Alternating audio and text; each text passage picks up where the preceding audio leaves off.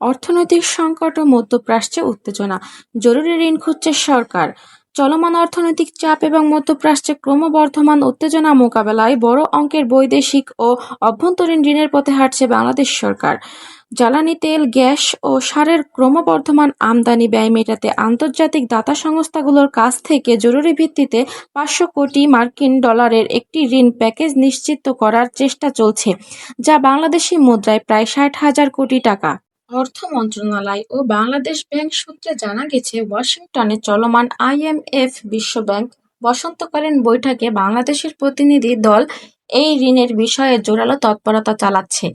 এই বিশাল ঋণের মধ্যে IMF থেকে $1.3 মিলিয়ন পাওয়ার প্রাথমিক আশ্বাস পাওয়া গেছে।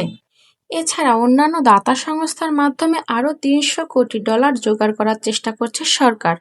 মূলত বিশ্ববাজারে জ্বালানি তেল ও গ্যাসের আকাশচুম্বী দাম এবং সারের আমদানিতে বাড়তি খরচ মেটাতেই এই ধরনের ঋণের দ্বারস্থ হতে হচ্ছে। মধ্যপ্রাচ্যে উত্তেজনা বাড়লে জ্বালানি সরবরাহ ব্যবস্থা ভেঙে পড়তে পারে, এমন আশঙ্কায় আগাম প্রস্তুতি হিসেবে এই জরুরি তহবিল ব্যবহারের পরিকল্পনা রয়েছে সরকারের। সংকটের চিত্র কেবল বৈদেশিক ঋণে সীমাবদ্ধ নেই। অভ্যন্তরীণ ব্যয় মেটাতে ব্যাংক খাতের ওপরও নির্ভরতা বাড়িয়েছে সরকার। জাতীয় রাজস্ব বোর্ডের রাজস্ব আদায়ে বড় ধরনের ঘাটতি থাকার চলতি অর্থবছরের শেষ 3 মাসেই ব্যাংকগুলো থেকে আরও 1.5 লাখ কোটি টাকা ঋণ নেওয়ার লক্ষ্যমাত্রা ঠিক করেছে অর্থ মন্ত্রণালয়। সম্প্রতি একদিনের ট্রেজারি বিলের মাধ্যমে 5,000 কোটি টাকা ঋণ নেওয়া হয়েছে, যা ব্যাংক খাতে তারল্য চাপ তৈরির আশঙ্কা জাগাচ্ছে।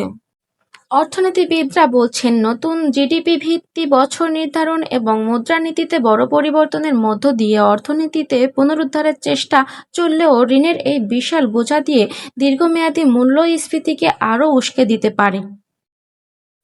তবে সরকারের আশা এই যে বিদেশি ঋণ ছাড় হলে বৈদেশিক মুদ্রার রিজার্ভ স্বস্তিতে ফিরবে এবং ডলারের বাজারে অস্থিরতা কমে আসবে।